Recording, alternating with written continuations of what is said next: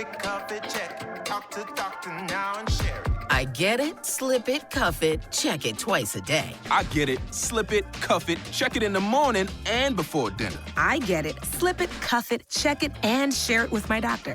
Nearly 1 in 2 U.S. adults have high blood pressure. That's why it's important to self-monitor your blood pressure in 4 easy-to-remember steps. It starts with a monitor. Now that I know my blood pressure numbers, I talked with my doctor. We're getting those numbers down. Get it, slip it, cuff it, check it. Talk to doctor now and share it. Be next to talk to your doctor about your blood pressure numbers. Get down with your blood pressure. Self-monitoring is power. Learn more at manageyourbp.org. Brought to you by the Ad Council, the American Heart Association, and the American Medical Association, in partnership with the Office of Minority Health and Health Resources and Services Administration.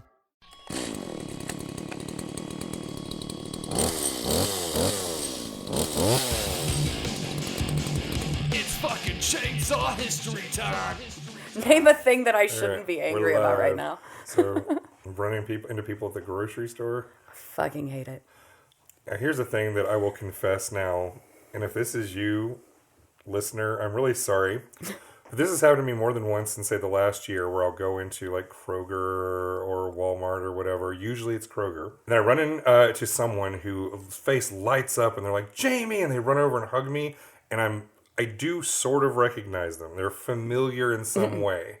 But they come and talk to me, and I bullshit my way through a conversation. How you doing? Give some vague stuff to my family. Go through an entire 5-minute interaction with multiple hugs. They leave. And I have no fucking clue. Oh, I do that all the time. And you have to understand it's really weird because even though I'm known in the community, I can still go incognito. My husband knows everyone. We go out of state, and there'll be like some random person who's like, see, I'm the opposite. We do that, and it's someone who recognizes me. Yeah. Like oh, it's awful. my It's wife the worst and I were thing in the in a world. restaurant in the middle of nowhere, Texas, just on the way to somewhere else, and somebody's like, Jamie? And she's like, you gotta be fucking kidding me. Yeah, and remembering people for the most part is not my strong suit. I'm like, hey, you. Well, it's you. Speaking of remembering people, do you remember who we talked about last week? Unfortunately. Yes. A certain judge named Matt. Yeah. Matt and his dead dad Bob. Oh, yeah. Dead Bob, now very dead Matt as well, here in 2023. So here we are. Yeah, this is part 2 of our deep dive into a dead British judge from the 1600s, who for some reason is someone we're supposed to give a shit about when determining rights for human beings in the year 2023. But this is Chainsaw History. Welcome to the podcast where we take a jurist who is venerated in American law schools and give him the same respect a baby gives a diaper. I want to take a shit on him. Well, we're going to be doing some of that. So I'm your host, Jamie Chambers, and this is my sister, Bambi. Hello. We are a weekly comedy podcast. I am not a historian, just a guy who's been Googling obscure Latin phrases, like way too much to be healthy at all. And I'm a girl who's been forced to listen to Jamie the entirety of my life, so it's kind of almost nice to have purpose in it. Because normally it's just me listening to your ranting and raving just in my kitchen and for no reason. Yeah. Now, for more ranting and raving, go to chainsawhistory.com where you can check out past episodes. You can get bonus content, see bonus articles, and extra cool stuff coming your way. There's subscriptions where you can use to directly support what we're doing. And if we get enough of those, we'll be doing more stuff. Before we get going again, I would once again want to put out a content warning. We do usually talk about rough topics on this show, but everyone should know going in, we're going to be discussing topics including sexual violence and abortion. So if that's not your thing, it's cool to skip until next week, and we'll have Technically, it shouldn't be anyone's thing. Well, yeah, but if it's it's especially triggering. Yeah, if it's especially a problem for you and it's just not something you want to hear, no problem. So if you want to get the entire life story of Sir Matthew Hale, an uptight weirdo who died in regret, don't. Why would you do that? because we need the clicks and the listens. But wait. You can go back and listen to part 1 before catching up with us here. But if you don't want to do that, the quick recap is that Matthew Hale was cited more than half a dozen times in the majority opinion of the United States Supreme Court case last year that overturned Roe v. Wade and threw away 50 years of civil rights for half the population. So we looked at the life of Sir Matthew Hale, this guy who was cited by Justice Alito. And we discovered that as a person, he just was an uptight kind of piece of shit. Kind of, yeah, not sucked. somebody you wouldn't want to hang out with. This guy. He was no fun at all. He was an orphan raised to be a Puritan pastor who instead pivoted to become the biggest nerd and kiss-ass in law school. He was a workaholic and a prey-aholic. An absolute weirdo, even by the standards of his day. Hale went on to become the chief royally appointed judge in the final years of his life, writing tomes that are cited in American legal cases up to this very day. His influence on our lives is honestly jaw-dropping. Like I just told, like what we covered before. And then he got horribly and totally sick and told everyone who could listen that people should retire young so they can just pray and read the Bible all day. So really what he wanted were term limits. Yeah, for judicial term limits. I'm for judicial term limits as a principle. Wouldn't have, for example... It would be, in fact, the only one of his opinions that I would say is still relevant or we should give a shit about. You might say that Matthew Hale advocated for not having lifetime Supreme Court justices. I also would hate that. I hate this plan. He essentially was one and literally got horribly sick and died shortly after and never got to just enjoy any part of his life ever because all he did is work and pray. So, and that's what you get, dick. And then we began to talk about Hale's writings and rulings on legal matters, and that's the first one we started with was the crime of rape. To sum up real quick, to his credit, he considered rape a serious crime, and his prescribed punishment ended with a rapist kicking at the end of a rope. But to his discredit, and there was a lot of it, he did not consider the word of a woman to be trusted over that of a man, and until all too recently, there was a standard mandatory warning given to juries in rape cases that instructed them to use any excuse to discredit a rape victim. He didn't think spousal rape was a thing, because he believed that a man obtained permanent sexual consent that cannot be withdrawn the moment his wife said "I do." So he's like, I hate this guy. So that's why it wasn't until 1993 that got scrubbed from our entire country. So, like we said, our boy Matt saw the entire world through this bizarre blend of obsession with both the law and his fundamentalist religious belief. The fact that we're listening to him at all is just madness. I mean, not just because he's been dead for hundreds of years in another country, but because one of Hale's most sacred legal tenets was that the authority of law and the courts could only exist under the authority of a king. This asshole died before America. Before America was a thing at all. We should not listen to before America people. So he believed in the authority came from the king specifically because said king received his authority from God the Father, God the Son, and God the Holy Spirit. But we here in America gave that entire idea the finger. Yeah, along with the idea of kings and nobles and all of it.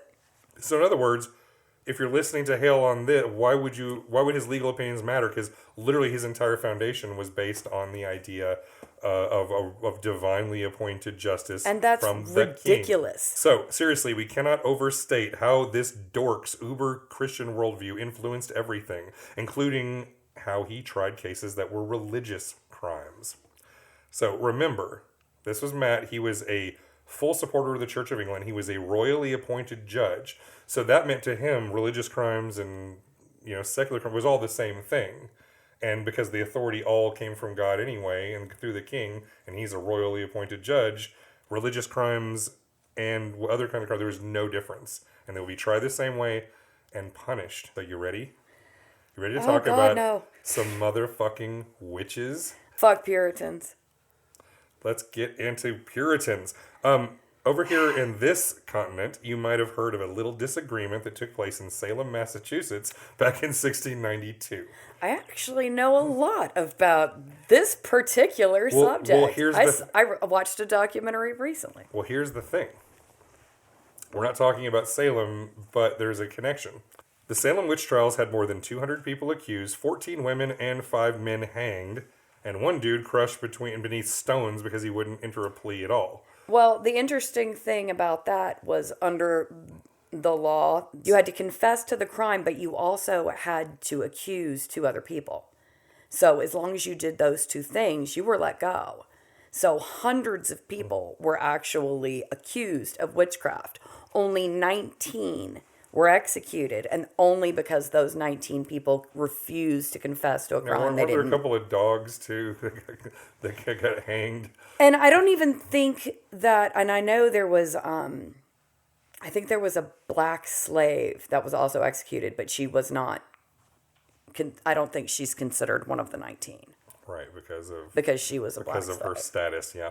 Well, yeah, the Salem Witch Trials is one of the few pieces of colonial American history that any of us pay attention to in school, because it's like this religious moral panic, and also everybody's forced to read The Crucible by Arthur Miller. So, the following quote is from the book Narratives of the Witchcraft Cases, edited by George Lincoln Burr, published in 1914. So this is like a collection of primary source documents related to the witchcraft trials of New England during the 17th century.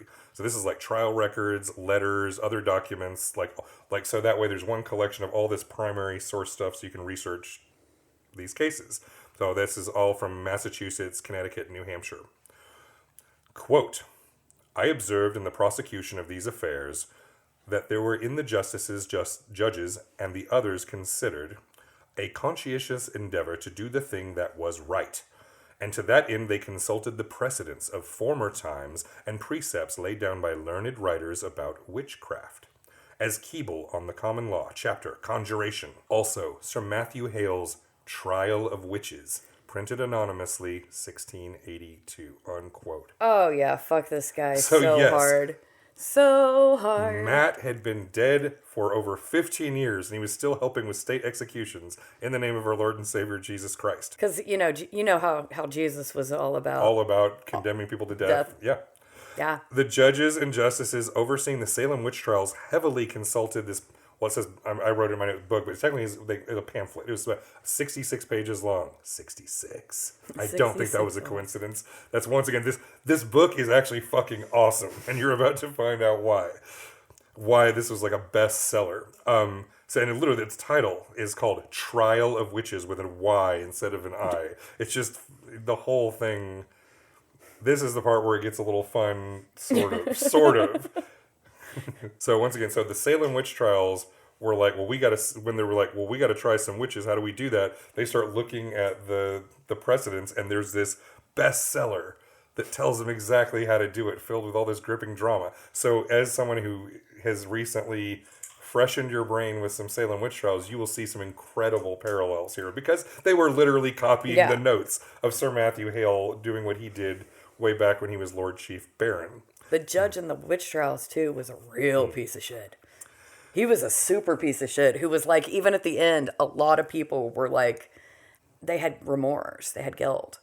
And he was one of those ones who was like, no, I did what I did, and I'm glad what I did, and fuck those guys. Because he was a piece of shit to the very end. He had no regret. I sent witches burning back to Satan. And I'm pretty sure we could find that guy's fucking grave easily and spit on it, too. So, in a trial of witches, how is a witch identified, legally speaking? So the appendix of this book, and all of the appendices are all stuff from later editions. This part's from like the 1800s. After witch trials were no longer a thing, and they're actually the appendices are kind of judging the earlier part of the book harshly. So it says, a witch, according to old descriptions, was generally blessed with a wrinkled face, a furred brow, a hairy lip, a gobber tooth, a squint eye, a squeaking voice, a scolding tongue, a ragged coat on her back, a skull cap on her head, a spindle in her hand, and a dog or cat by her side. And Lord Coke pithily describes a witch to be a person that hath conference with the devil, to consult with him, or to do some act, unquote. So it's just some old lady. Yeah. Some old gnarly lady. Some weird looking old lady. Well, I mean, people in that time, you get old, you lose your teeth, you get all gnarled. Bent up and all... Yeah. Fucked up. Shriveled and fucked up looking. Disease. And guess what, assholes? The pox has run through your village a few times. Older women, we just grow hair on our face. Yeah. We just pluck it. So another section is equally helpful in identifying witches. John Bell, minister of the gospel at Gladsmer, or something that I can't pronounce, says, providentially 2 tests appear to discover the crime. If the witch cries out, Lord have mercy on me, when apprehended, and the inability of shedding tears, because, as a witch could only shed 3 tears, and those with her left eye, her stock was quickly exhausted, and that was more striking, as King James I shrewdly observes, since other women in general are like the crocodile, ready to weep upon every slight occasion, unquote. So, in other words, women who cry all the time, constantly crying all the time, but a witch only has 3 tears to shed only out of her left eye. So if a woman only cries not at all or only a little bit, that's one sign of witchcraft right there, because a real woman's just a sobbing mess every time. You know how women be. Oh my God. Are we going to talk about the third nipple yet? Let's please talk about the third nipple. We're getting there. So King James, just referenced there, had not helped things with his obsession with witchcraft. He published his book Demonology in his literal first year of reign as the recognized King of England. He prescribed and passed the first official statute that made witchcraft a crime punishable by death. I believe that was the year 1604. So literally right as Matthew Hale is about to enter the scene, King James, the guy he hated, had put down this anti-witchcraft deal. So, in 1662, 2 old ladies in Bury St. Edmunds were indicted for bewitching multiple people from their town, including children. 3 of the alleged victims in the case fell into strange and violent fits in court and couldn't bring themselves to speak. So every time these kids are brought into the court and see the quote-unquote witches, they got scared and wouldn't flail talk. And have their seizures and do these crazy things and could not be brought to speak.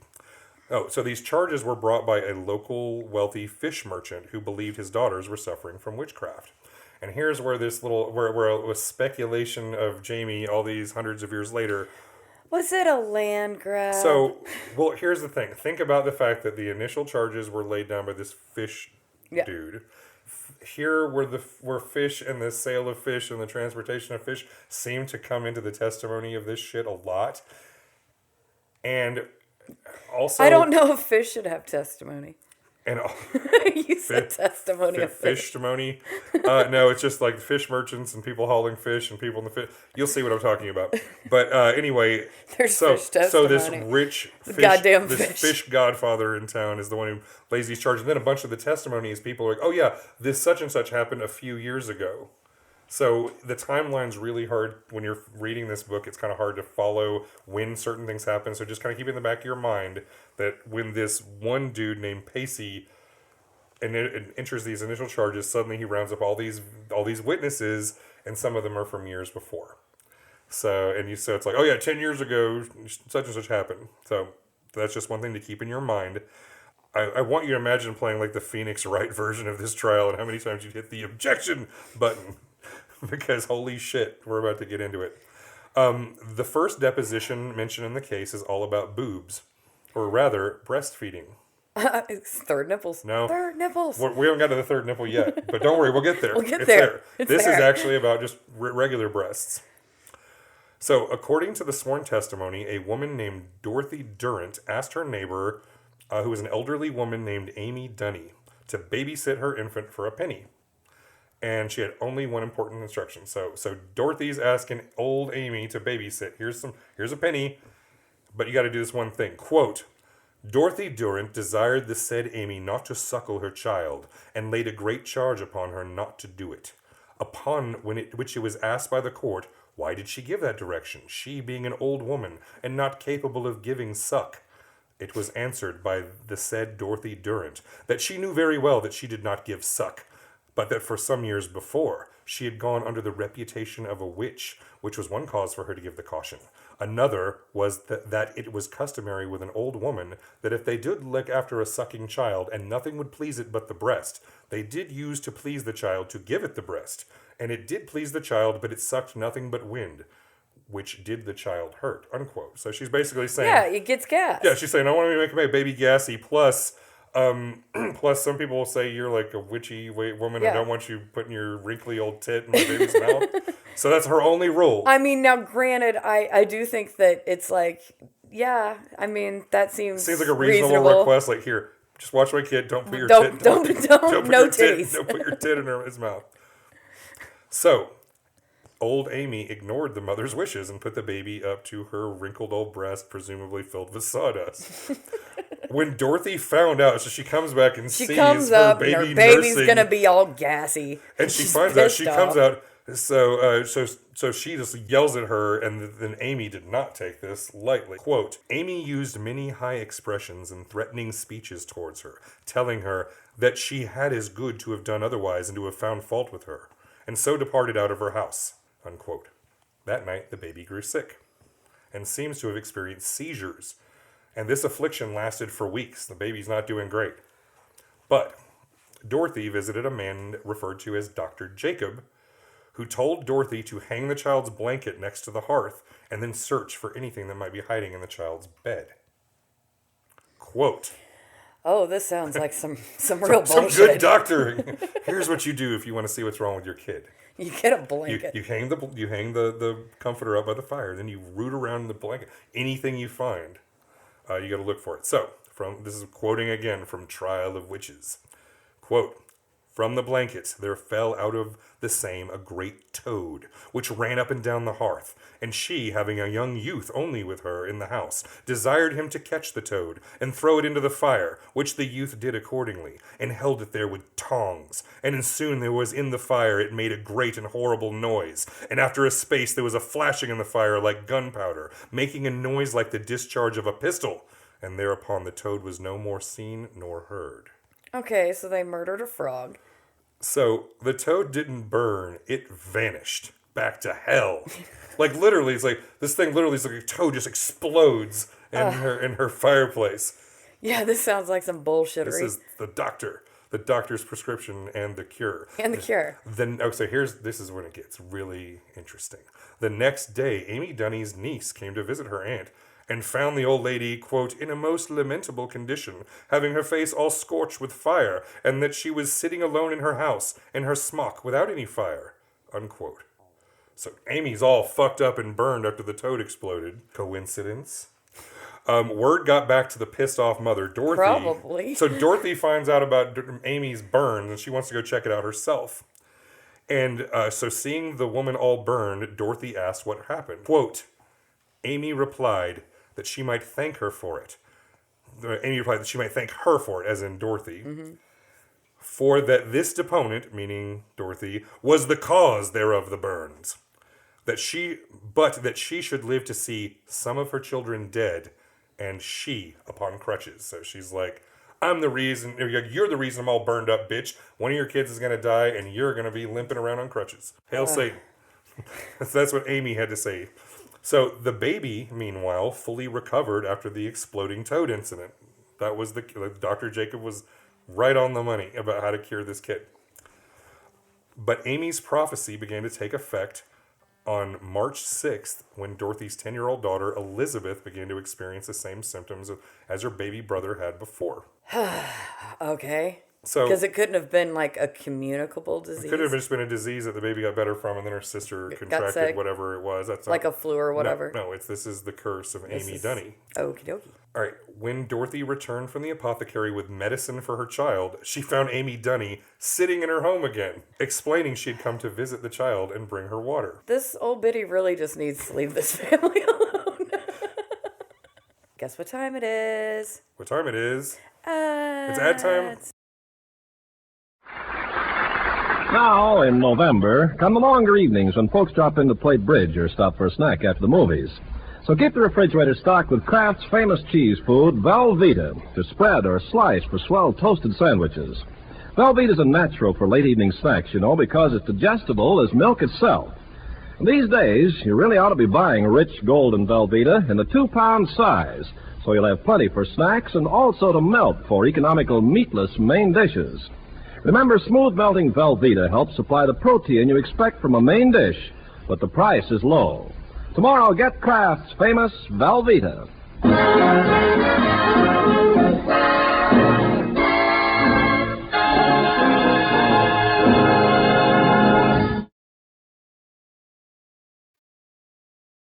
And we're back and we're continuing this old lady named Amy Dunny tormenting this family according to the... For zero reason. And here's the other thing to remember, too. It's so easy to, like, envision this all as a scene, but what this is all a woman on a witness stand telling this story. It sounds like a bunch of bullshittery to me. That's always the lens to remember it from. But you're like, but just for fun, we can imagine this is all real and how it really happened. This fucking old, this old lady. old biddy. So she returns home to her sick child. She's got some medicine, and then Amy Dunny's like, I came here to visit her and bring her water.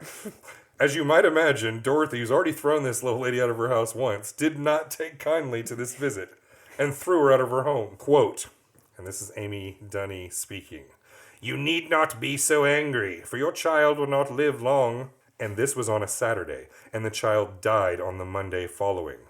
The cause of whose death this deponent, Dorothy, verily believeth that was occasioned by the witchcraft of the said Amy Dunny. For that which said Amy hath been long reputed to be a witch, and a person of very evil behavior, whose kindred and relations have been many of them accused for witchcraft, and some of them have been condemned. Unquote. Yeah, that sounds like a bunch of bullshit. So, not long after the death of her daughter, Elizabeth did die, Dorothy Durrant claimed she became lame in both of her legs from the knee down, forcing her to walk on crutches. Okay, and that couldn't just be hypochondria or... Well, let you be the judge of this when I tell you this next part. All right, I'm buckling in. And by a great miracle, when Amy Dunny was pronounced guilty, Dorothy found herself fully healed with full use of her limbs. She threw her crutches aside. It was like, praise Jesus, I'm healed. Amy, this was even before the execution, just after the guilty verdict. There's no fuckery at all there. No crutches, no problem. All right, the next victims listed in the case were Elizabeth and Deborah Pacey. Now the Pacey family is where the actual accusations came from that brought them to court. Everyone else are witnesses brought in to support what the father of the Pacey family who brought the charges were. So, Elizabeth and Deborah Pacey were two little girls aged 11 and 9.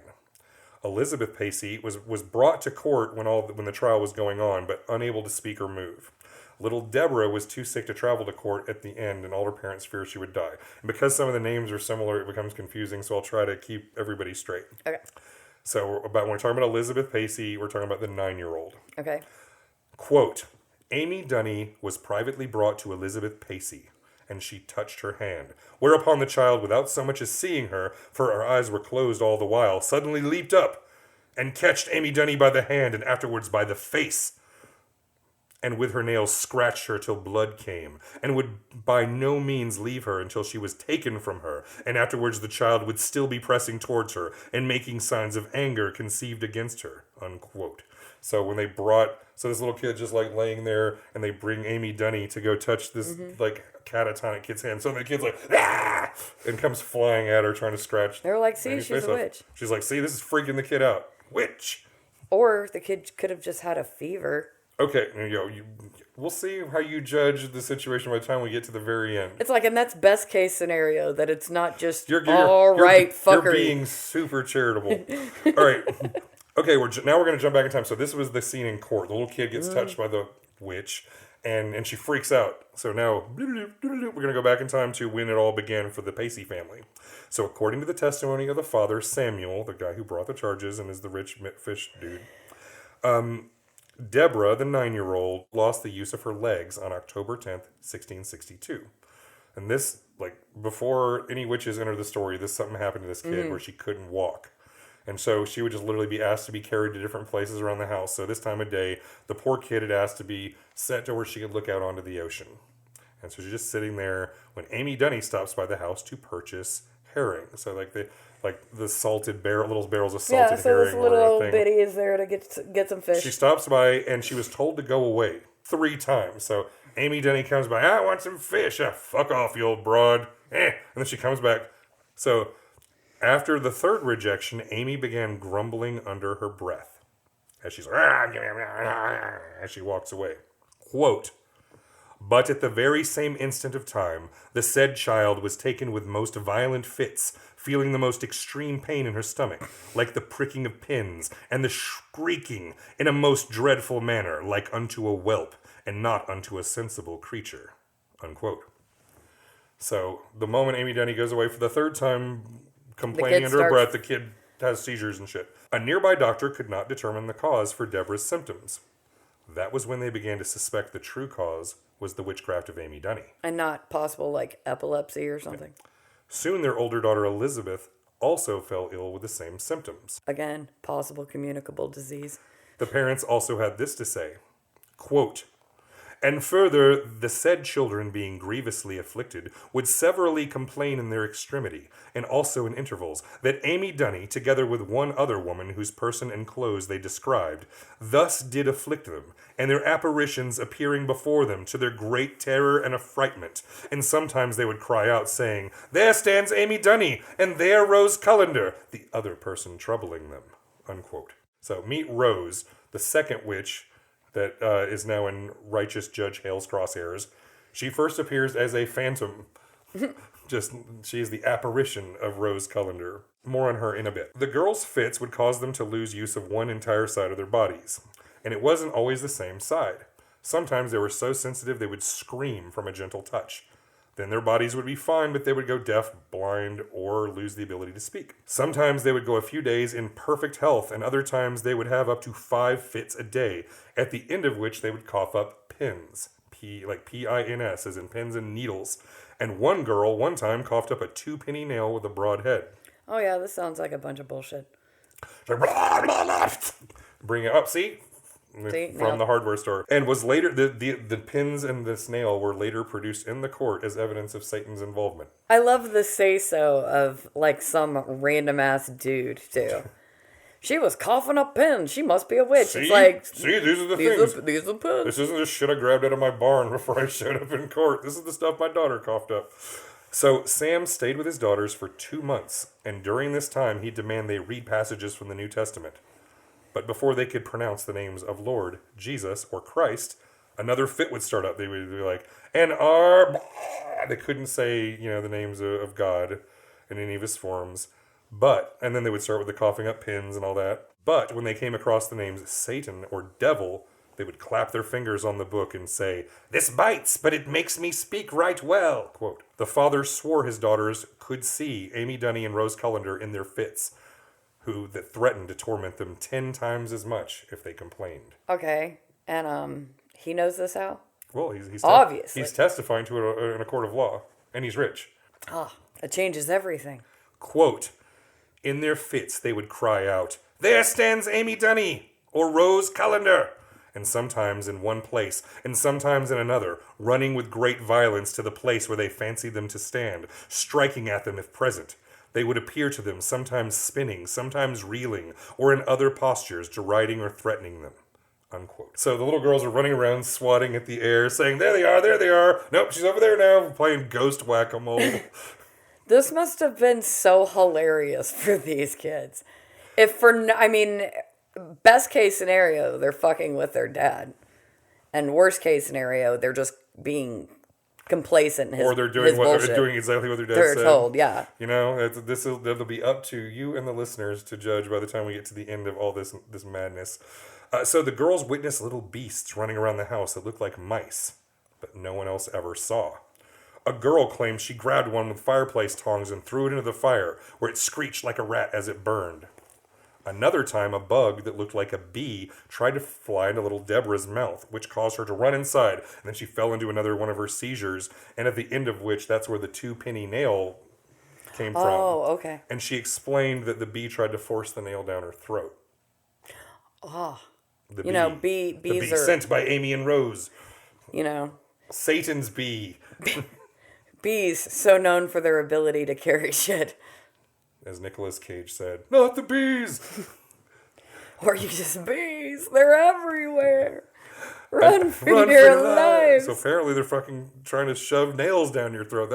That's pretty hardcore. That's a different kind of killer bee, I guess. Yeah. It's like the African bees. It turned out that the English bees were way scarier. Then insert your joke about, is this an African bee or a European bee? It's just a measure of weight ratios. How could the nail be carried?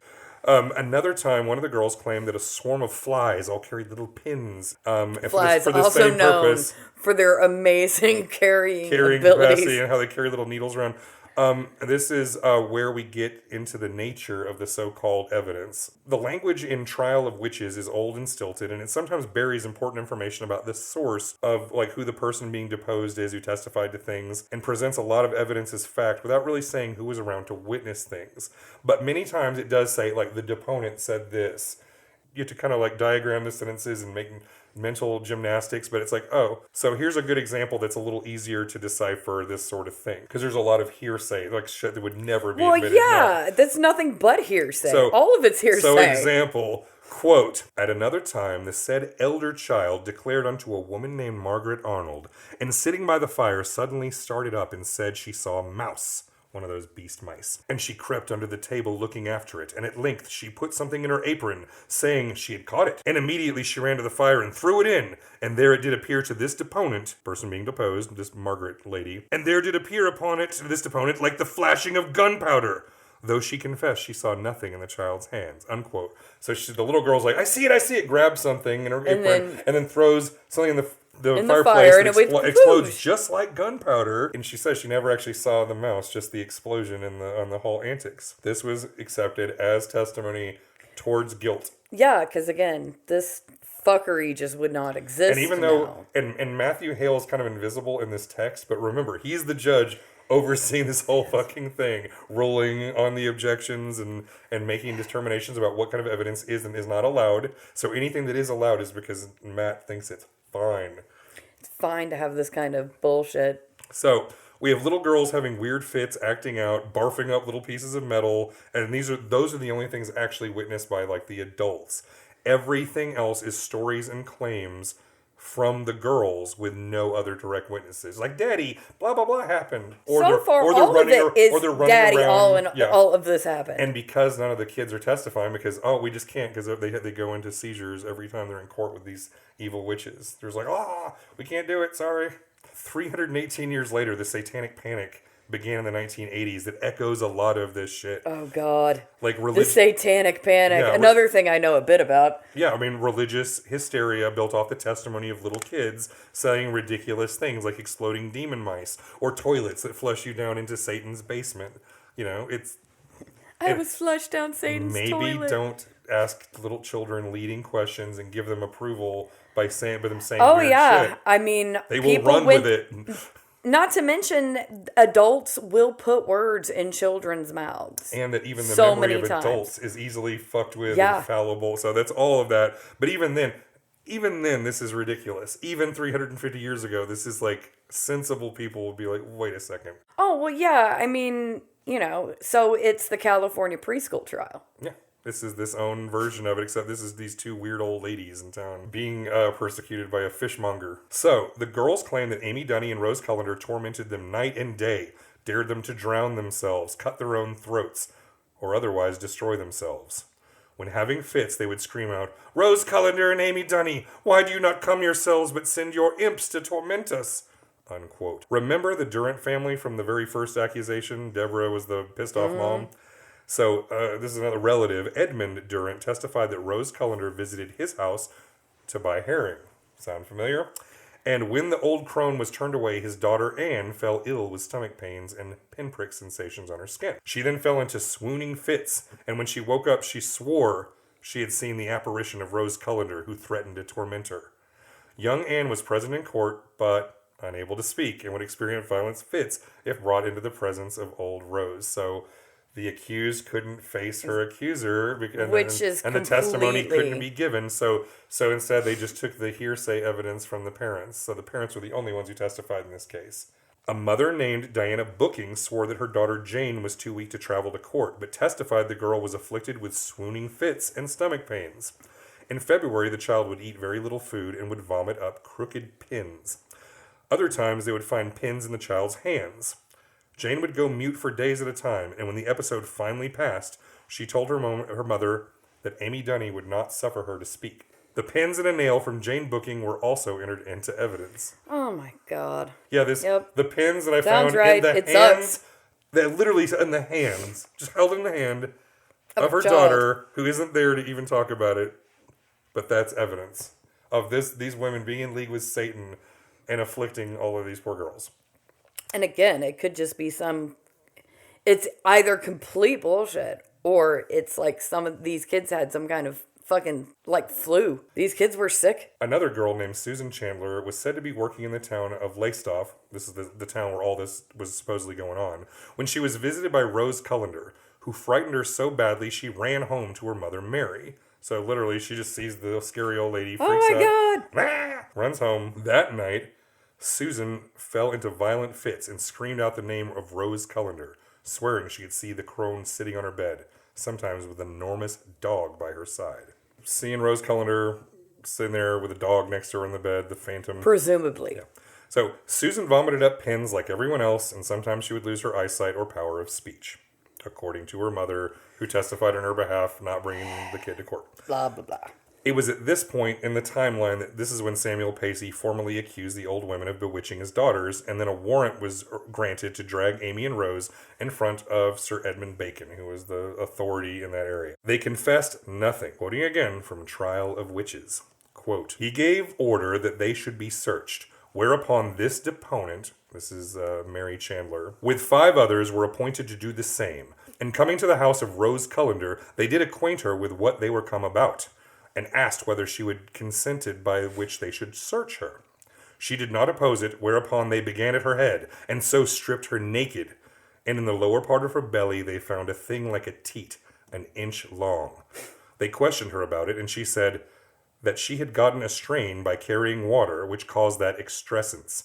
But upon narrower search, they found her in her privy parts 3 more excrescences, or teats, but smaller than the former. This deponent further saith that in the long teat at the end thereof there was a little hole, and it appeared unto them as if it had been lately sucked, and upon the straining of it there was issued out a white milky matter."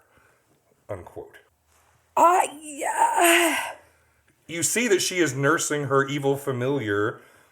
Or she just could have sores. Yeah, she's got this horrible growth that's oozing pus, and yeah.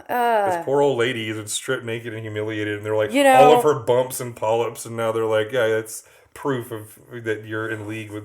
Yeah, I mean, again, it's like the phrase third nipple was also just really considered like, you know, moles.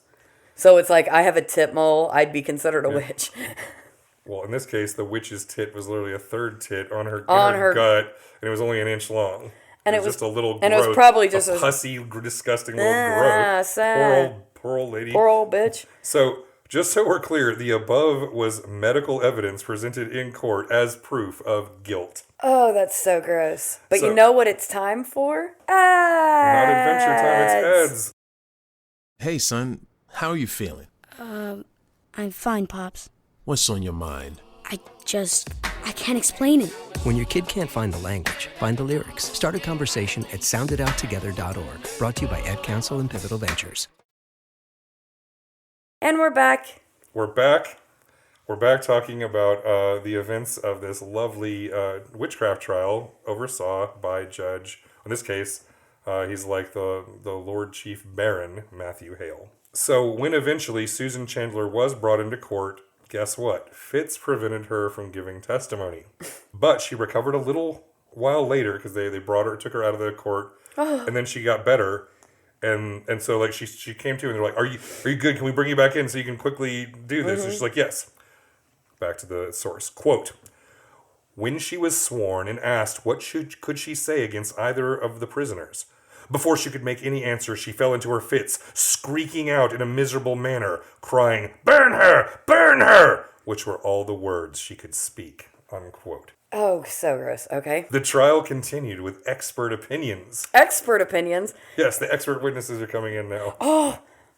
A doctor hypothesized that the devil worked on people's bodies by stirring up and exciting the humors. You know, the humors, blood, phlegm, black bile, and yellow bile. The ways our bodies work, of course. Of course. And so the devil can unbalance your humors, causing these afflictions. And that the devil was taking natural afflictions and making them worse. So and there wasn't really like a traditional prosecution and defense like we would think of them in this case, but there was a reasonable guy we're going to talk about in a minute who did present some like, well, what about something that doesn't sound batshit crazy? And so one of the questions was, well, this one girl already was getting sick. Something was wrong with her before the witch ever even showed up and got mad. She had lost the use of her legs already before Amy Dunny even showed up at her doorstep. So literally he's saying, well, no, it's okay, because then when she cast the curse, it just made everything worse. That's just proof. More proof of the devil's involved.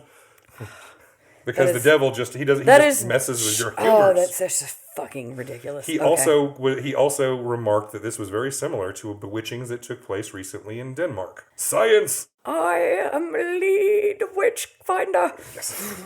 Well, the Witchfinder General was... some of these other cases that were tried in the same location were literally brought forth by the King's Witchfinder. Speaking of the more sensible guy I mentioned earlier, his name was Keeling, and he did not feel that the evidence was enough to convict these prisoners. Yes, same. He said that even if the children were truly bewitched, he was like, let's just say, for sake of argument, that this is real and this isn't utter horseshit. The Satan is here. How could this evidence be used to prove that these are the two women who did it? He warned, quote, for that if it might be allowed, no person whatsoever can be in safety, for perhaps they might fancy another person, who might altogether be innocent in such matters, unquote. In other words, if anybody can say anything if you're going to believe this. Yeah. This is a way to just destroy your neighbors, ruin people, and this is fucked, and we shouldn't do this. Hence the entire Salem Witch Trials. Hence the entire point of Arthur Miller's play. Oh my god. Yeah, it's complete fucking nonsense. Sadly, this is the one reasonable person in this entire goddamn story. So respect to you, Keeling. You were the one good one, but you didn't win. Oh well. It actually took another guy named Holt. Later on, there was one more witch trial in this, because this one location was used for a whole series of famous witch trials. And after Hale was retired, this other guy, Holt, was the one who was like, this is all bullshit. And he kind of he's kind of the guy who closed down the era of these kind of things. So Keeling and Holt are our only heroes, actual heroes in this story. And Holt's not even in this one. So Keeling, he tried his best, but he did not succeed to argue that side of things. But you'll see him try in some other ways. And that, once again, he's just saying, anybody can accuse anybody. No one is safe if this is allowed. And they're like, yeah, whatever, Satan. So yeah, he's all we got. So once again, under Keeling's direction, they tried to do some science. They wanted to conduct some experiments to try to prove that it truly was Amy and Rose that are causing all this shit. Because they're like, well, the kids are freaking out at the presence of these witches. So what if we cover their eyes and have different people come in the room and touch them and whatever and see how they react? See, this is just grifter shit. This is absolute fucking nonsense. This is a fucking clown show. but okay, we're going to blindfold the kids, and this will help us determine Satan's involvement. Satan. So they do this thing. So Keeling's like, look, this way we'll see if it's really these women causing them to freak out or not. So they did this, and in one experiment, a girl was blindfolded and just touched by a clerk of the court, one of those staff or whatever. Mm-hmm. And the girl freaks out and goes into one of her fits, just as if she'd been touched by Amy or Rose. Mm-hmm. And so Keeling's like, see, this might be bullshit. However, some bullshit going on. Mr. Pacey, the guy who brought the charges in the first place, he argued successfully that if the girl thought she was being touched by the witch, of course she'd react in the same way. That the fear brought on by the witch, it's real. And this is just, once again, further proof of guilt. Or it's proof of complete and total fucking ipso facto, habeas corpus, expecto patronum. I mean, all right, let's keep going. He also argued in this big monologue that since these children were from unrelated families, there could be no conspiracy for them to act in similar ways. They're like, nobody asked you about that, dude. Why'd you just loudly say that? That's not fishy at all. Yeah. Fish guy. Yeah. This fact, I'm convinced now. In my head canon, this dude is where we get the term fishy from. That's not real, but Jamie made it up. So a man named John Soame testified that Rose had screamed obscenities at him and issued vague threats after he damaged part of her house with his merchant cart. Yeah, I would have fucking... I'd have bitched him out too. So this dude clipped the side of her house, messed up her brickwork. And she's like, you motherfucker. She just comes out screaming at him. Later that day, the same cart overturned multiple times. Then ended up stuck in a gate. Maybe it's because he sucks at driving a cart. Yeah, we already determined he can't steer, doesn't know what he's doing.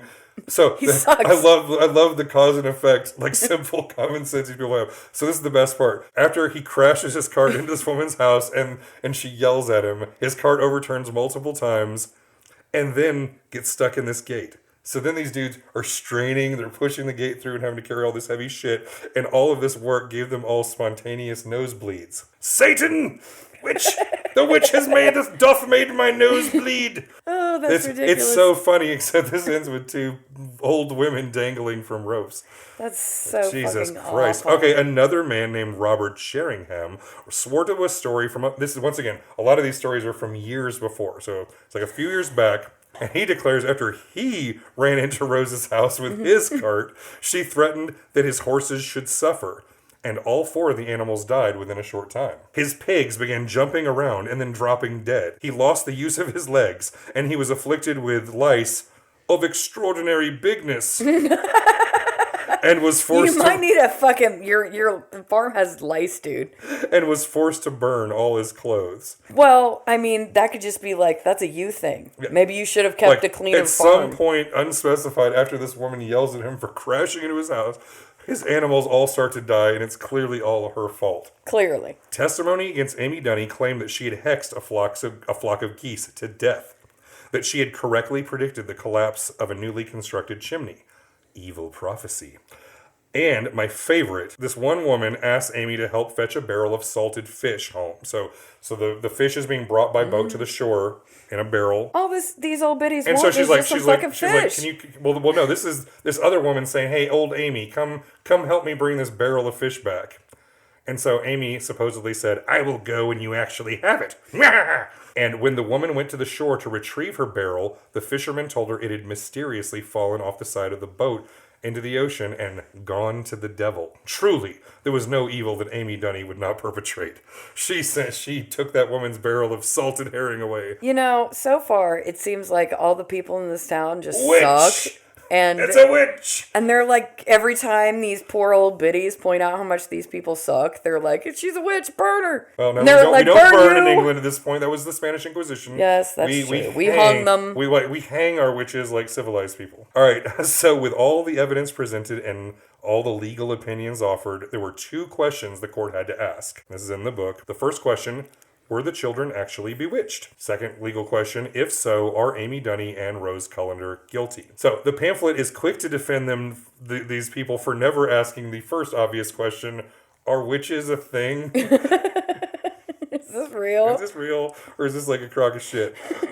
Quote: that there were such creatures as witches, he made no doubt at all. For first, the scriptures had affirmed so much. Secondly, the wisdom of all nations had provided laws against such persons, which is an argument of their confidence of such a crime. And such hath been the judgment of this kingdom, as appears by the act of Parliament, which hath provided punishments proportionable to the quality of the offence, and desired them strictly to observe their evidence, and desired the great God of heaven to direct their hearts of this weighty thing they had in their hand. For to condemn the innocent, and to let the guilty go free, were both an abomination to the Lord. Unquote. Again, so witches are totally real because it's in the Bible. And also the king and parliament said so. I'm telling you, Jesus, he was a notorious fan of capital punishment. Yeah, he's all about it. He was all about it. You know how like when the woman was being stoned to death and he's like, you need bigger, sharper rugs. That's the Jesus. All that in mind, the jury went back for their deliberations for half an hour. For a whole 30 minutes? After weeks of all of this, they're like, we got this. 2 identical verdicts. Guilty! Hang the witch! Is both of them. These poor old biddies. The people in this town suck.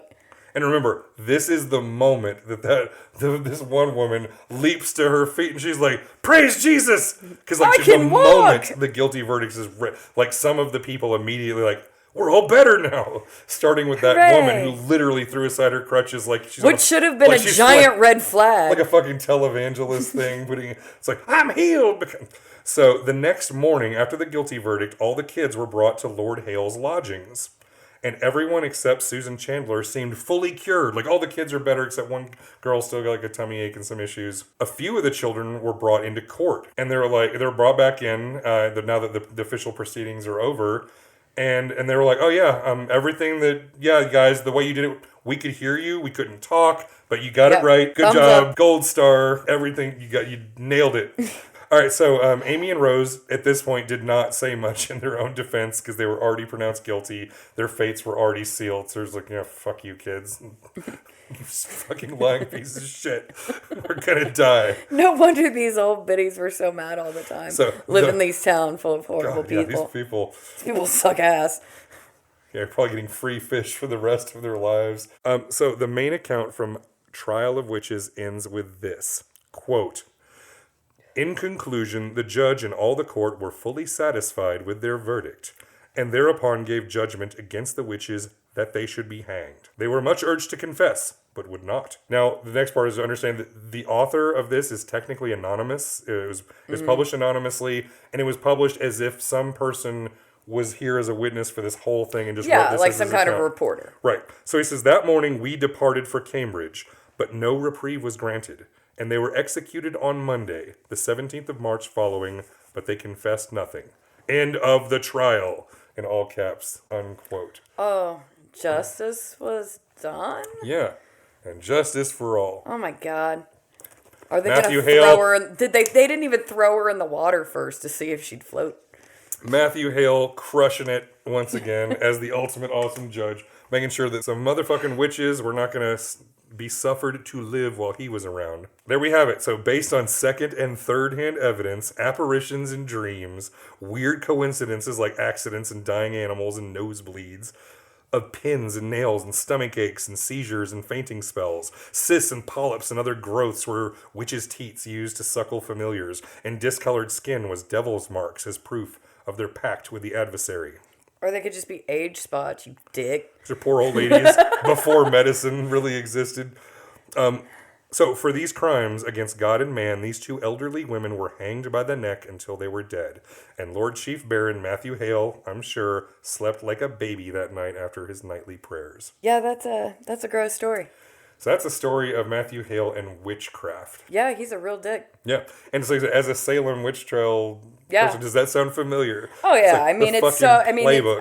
It's like this has all been so par for the course. Except this one really does seem like this is a tinged with the interest of this business. Whether it was business reasons or he just hated these two women because they kept wanting to come around being all smelly and wanting to buy fish from him. Either way, he wanted these two women out, and it very seems like this was like a conspiracy. He got all these people he paid them off, and their children all suddenly were cured the moment the guilt. Because, like I said, they didn't even wait for the women to die. They're just like, the moment there was a guilty verdict, this woman's like, "I can walk again." It's like, gee, these people. These are some fucking horrible people. And again, I mean, the Salem Witch Trials, it was no different. It was just bigger. Yeah, it's always they accused hundreds of people. Yeah, that not one just seemed more like a case of true mass hysteria, whereas this one feels more like a conspiracy. But it didn't. Well, the mass hysteria started, and it's like again, there's so many different reasons of why it might have gotten out of hand. Well, once you get that many people involved, there's more than one reason for everything. Yeah, it's like, was there ergot poisoning?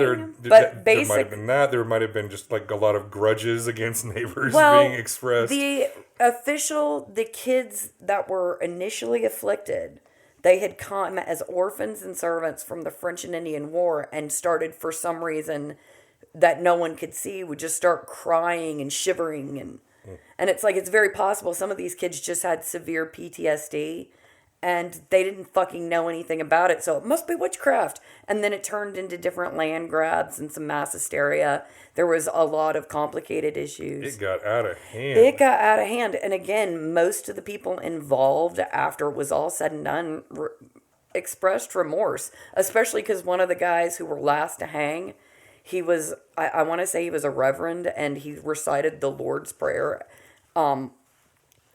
as they were about to hang him. And the people were like, he shouldn't be able to say the Lord's Prayer if he's a witch. Yeah, you can't. You physically wouldn't be able to do it. So they started to panic and try to save him, and they pushed him down to hang him faster. If I remember, wasn't it right that the technicality was there was like one word difference in the true Lord's Prayer versus they tried to give some kind of bullshitty reason afterwards because he missed one word. But no. Yeah, no, they didn't even give him a chance to finish it because they were like, "Oh, holy shit, he might be innocent. Hang him." So again, getting back to Matthew Hale, it's like we got this guy who literally had women executed for fucking witchcraft, and we're supposed to listen to his words. However, we're getting into something. So we've come full circle, Bambi. Coming back right around to the topic that kind of brought us here at the beginning of episode 1. Oh, goody goody. But you know what it's time for first? Oh, shit. Ads! We love ads. Mayfield.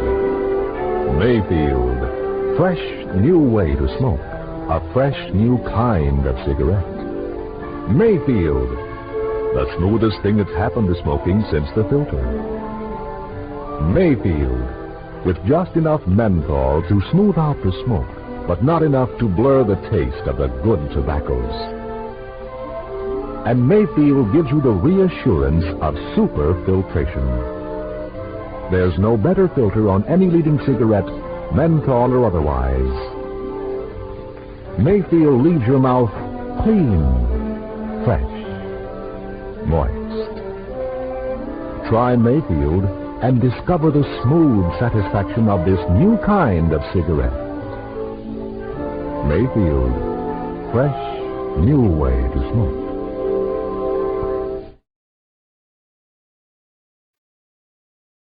And we're back. Back from those great ads. So, like I said, we are now looping back around to what brought us here in the first place. This whole, the abortion debate in the United States and the Supreme Court case that cited Hale very heavily. The ruling that came out last year. So are we going to start burning witches too? Let's hang him.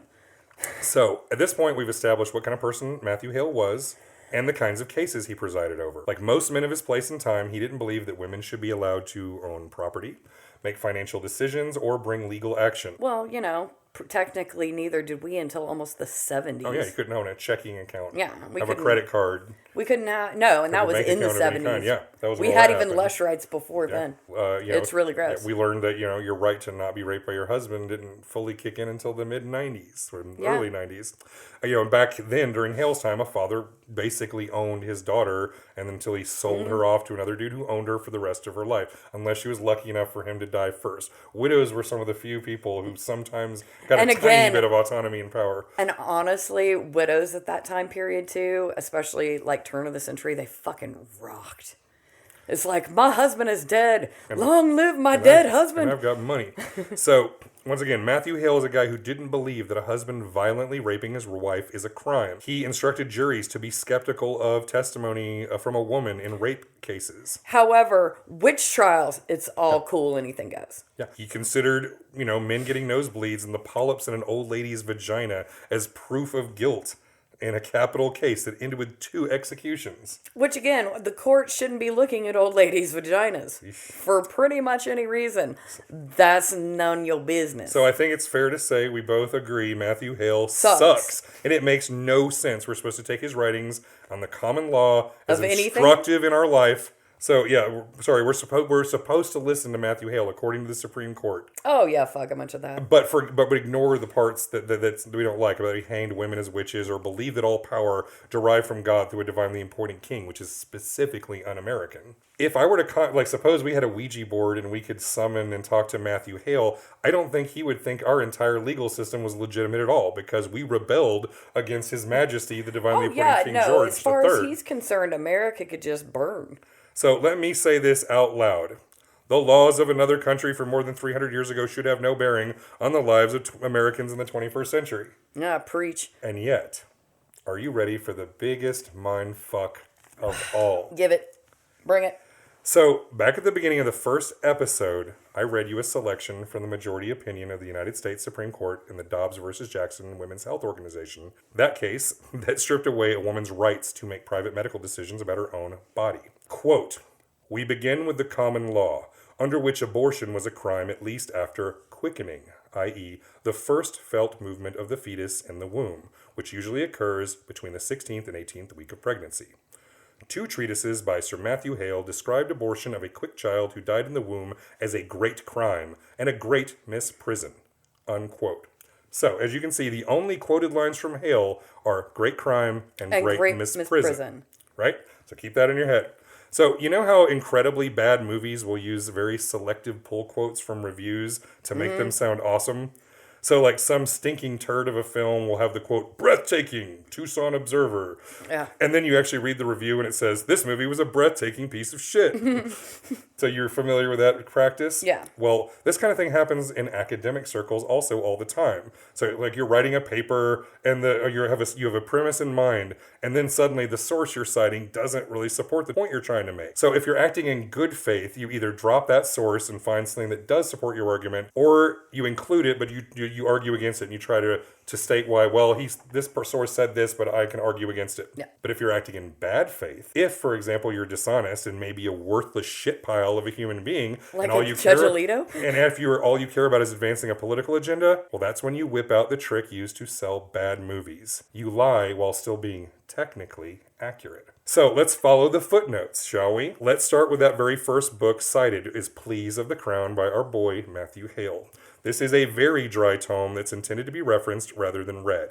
It lays out definitions and standards and prescriptions as part of this attempt to standardize English common law. So this is not even meant to, like I said, it's not a reading book. This is like, you'd look this shit up as a lawyer or judge to determine matters of law. Yeah, different cases. So of this section of the book that we're going from is called Of the Kinds of Offenses. And it's a list of all kinds of crimes, starting with heresy and witchcraft. Things that really matter, Okay. Because remember, religious crime and secular crime are all the same in this to Hale.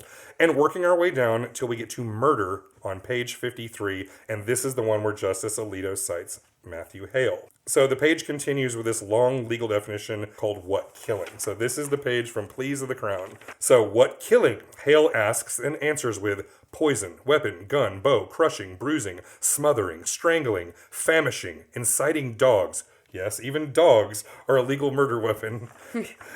Quote, laying a sick man in the cold, laying an infant in an orchard under leaves, and he is stricken with a kite, which is weirdly specific all of a sudden. Like everything else is like gun, pistol, and then hiding a baby under leaves, and then he's hit with a kite. So I'm assuming that was a specific case he was referencing there. And, quote, a man keeps a beast used to strike knowingly and ties it not up. The beast kills a man. So you're responsible. Yeah, you're responsible for your animals. All this seems perfectly reasonable so far. You shouldn't sick mean dogs on people or shoot them. That's murder. All right. The kite thing's a little weird, but okay. But still, hiding babies under leaves until they die, also murder.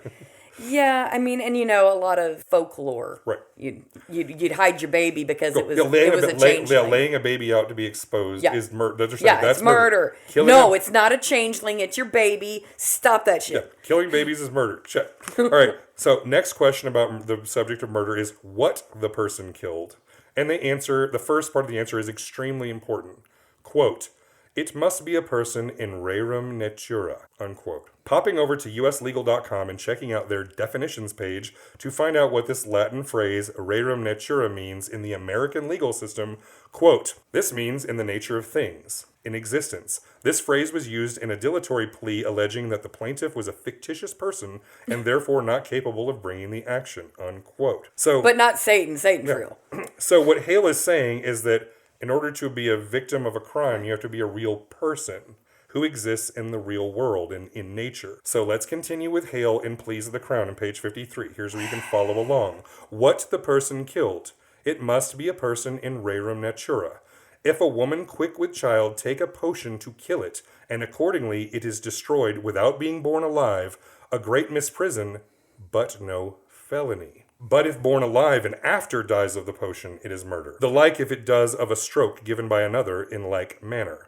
Counsel before birth to destroy it, and after the child is born, destroyed accordingly, the counselor is accessory to murder, unquote. So let's break that down. He's saying a murder victim must exist in the real world, and that if a woman were to take a drug that ended her pregnancy, he calls it a great misprison, but no felony. It's okay. The great misprison line is his personal feelings on the woman's actions, but he makes it clear that it's not a crime. He goes on to explain that once someone is born, they are a person protected under the laws. Yeah, and you can't murder babies. Yeah, killing a newborn is murder. But a woman ending her pregnancy, legally speaking, it's not. The dividing line is birth. That's when we go. Until then, you're not a person. Oh, so even the legal precedent that we're trying to quote is actually not making the opposite point of what he said it does. Yeah. Okay, let's keep going, shall we? Oh, that's nice. You fucking dumb piece of shit. I fucking hate this. So let's follow the other quote that where Alito cites abortion as a great crime. Opening up Historia Placetorum Canorae, History of the Pleas of the Crown by Sir Matthew Hale, page 433. Here's a page for you, Bambi. God. Quote, if a woman be quick or great with child, if she take or another give her any potion to make an abortion, or if a man strike her whereby the child within her is killed, it is not murder nor manslaughter by the laws of England, because it is not yet in rerum natura, though it be a great crime, and by the judicial law of Moses was punishable with death, nor can it legally be known whether it were killed or not. So if it is, if after such child were born alive and baptized, and after die of the stroke given to the mother, that is not homicide. But if a man procure a woman with a child to destroy her infant when born, and the child is born, and the woman in pursuance of that procurement kill the infant, this is murder in the mother, and the procurer is accessory to the murder, if absent, and this whether the child were baptized or not, unquote. So again, the words great crime, the only thing that Alito quotes is just a piece of editorializing that Hale was doing. Yeah, he's like, I consider it a great crime, but it's actually legally not a crime. It clearly states, quoting again, it is not murder nor manslaughter because the fetus is not yet in the real world. Because it hasn't been born yet. Yeah, okay. It's very clear from these texts and other sources, they didn't prosecute women for abortions in 17th century England. So basically, even what you're telling me is we're trying to cite legal precedent that didn't actually fucking exist. It's all bullshit. Yeah. Holy shit.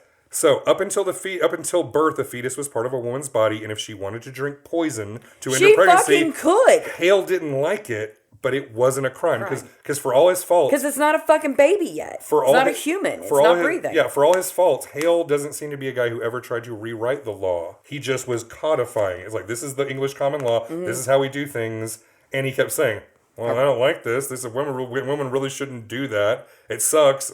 But even he didn't try to change what the law was. And he wrote it very clearly. It's right there for anyone to find if they fucking do the reading.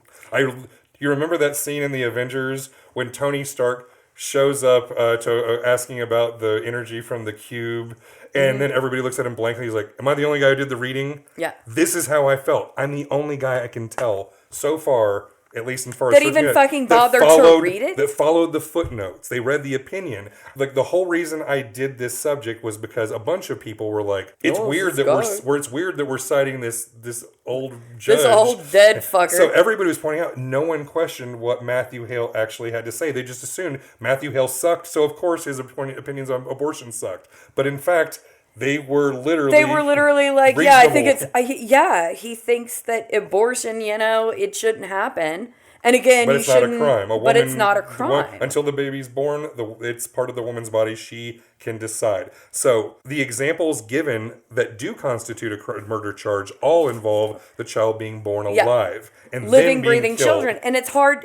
Another reason why that would be, it's like you couldn't, women had fucking miscarriages all the time. Which is the point I'm getting to. So all the time. So we all agree that baby murder is bad and should be illegal, right? Yeah. Matthew Hale agrees. You agrees. We also agree that women should be allowed to do things with their bodies, and not have one good goddamn thing to do with you. That a fetus is not an independent person yet. So, thinking about it from a historical point of view, Hale's thing here makes sense, because regardless of their uptight religious beliefs, exactly like you just said, how predictable and dangerous pregnancy was.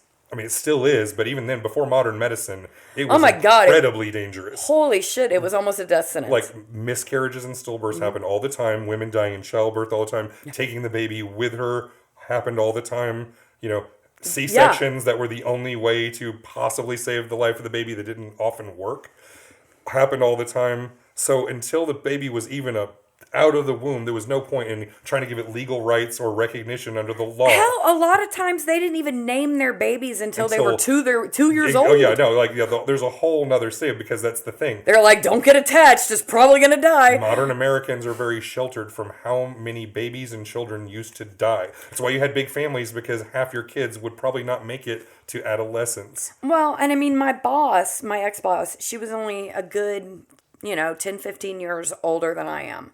But she would talk about women. She was like, you guys don't understand even the practice of having a baby shower before the baby is born was absolutely ludicrous until almost the 80s. Because more, you wanted the baby to be here and born before you start buying it gifts. Right. Yep. But, common practice, it's made, childbirth both safer for the mother and the baby.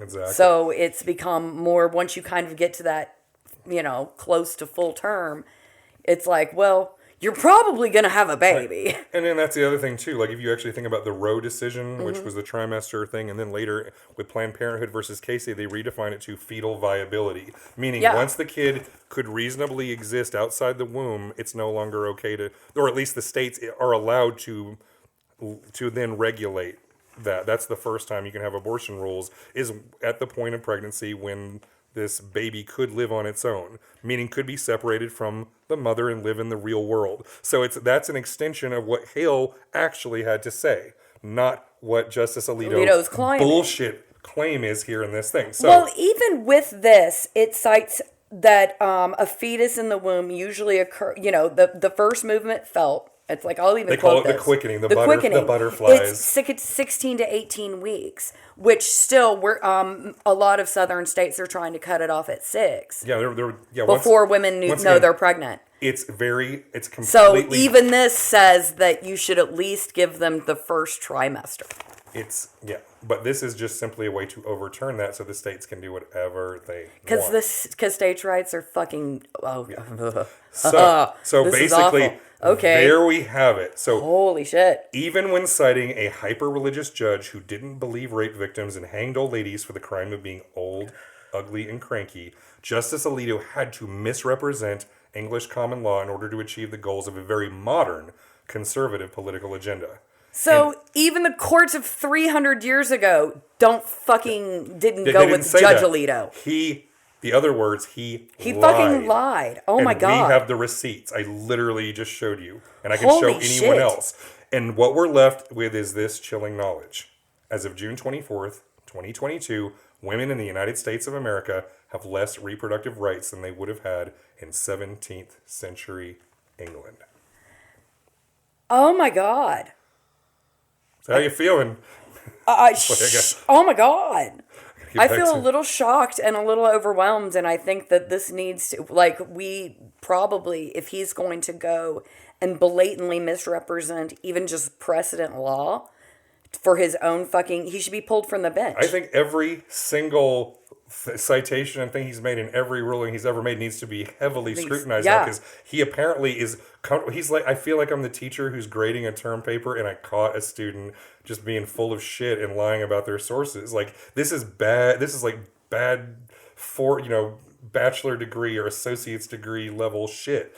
And the fact that he pulled those quotes so specifically means he knows very well that he's lying. Like, he had to pull those 2 words out of the block of text that I showed you, and those are the only 2 that he could possibly do it. And he took the guy's personal feelings and then pretended to everyone else that those were matters of law when they were not. Oh, that's some serious fuckery. So yeah, holy shit, that's more fuckery than the fucking extra nipples. Yeah. So that's it. Jesus Christ. We are now done with Sir Matthew Hale in the United States Supreme Court and all of that.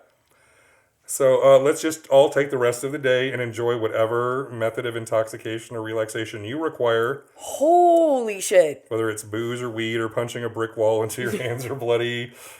If you want to, raise hell and protest and... Yeah, I mean, honestly, it's like, I don't have a law degree, but I'm sure someone does. Well, here's the nasty part about this is that these are lifetime appointments, and what he says goes. There's no mechanism. We can impeach him? The only way we can overturn this ruling is with a future ruling, which would need a different court, or impeachment. He would have to be impeached. And he should be. But we don't do it. I think we've impeached one Supreme Court justice in the early history of the country. I'm really tired of hearing what we haven't done. Why don't we fucking focus on what we should be doing? I'm with you. Or maybe this whole system's so this whole system sucks and we need term limits. Term limits. Hey, let's fucking quote this guy about some term limit motherfuckers. So, And how we shouldn't let decrepit old people run the entire show. So retire, assholes. If you retire, want to protest, make your voices heard or redacted to a federal court building, then I wouldn't blame you. So anyway, thank you, listeners, for listening, following us through this nightmare. So yeah, if you feel like it or care about anything anymore, you can go to chainsawhistory.com, where I'm going to have a follow-up piece that's written in a more serious style to make this point, show these documents, and make the case that I just made that the Supreme Court lied. Yeah, they lied, and they need to be lied impeached. about what it was to make their case. So yeah, chainsawhistory.com. We are now going to drink and smoke heavily. Oh, good Lord, and I need it. Bye. Bye. See ya.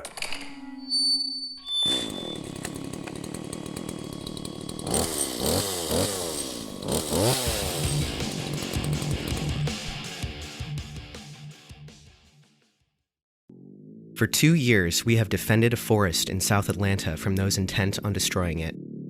This is the Welaunee Forest.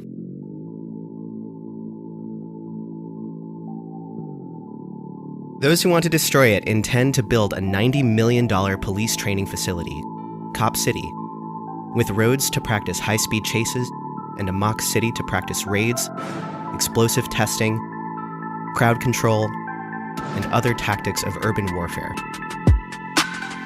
In response, we have protested, petitioned, put our bodies on the line, and put pressure on Cop City construction companies and funders. The climate crisis is already here. All across the world, people are fighting back against the destruction of their land, water, and local ecosystems. The police trained in Cop City will be used to brutally suppress the movements we need to wage these battles now and in the years to come. The struggle for life on Earth and the struggle to prevent the expansion of the police state are one and the same. This is not just a local struggle. With media attention on the rise, city officials are scrambling to control the narrative. These individuals meant harm to people and to property. This is a very small group of individuals. Many of them don't even live in Atlanta or in the state of Georgia. They have fabricated domestic terrorism charges, and they have done this precisely because the movement is strong. The police murder of Tortuguita and the ensuing cover-up could have chilled the movement, but instead it has only grown and spread. Together we will stand up for the forest, for the trees and the animals that live in it, and for each other. Wherever you are, we need you here. Come camp with us from March 4th through 11th for a week of action in the Welaunee Forest. Cop City will never be built. Welaunee Forest is and will always remain a public park.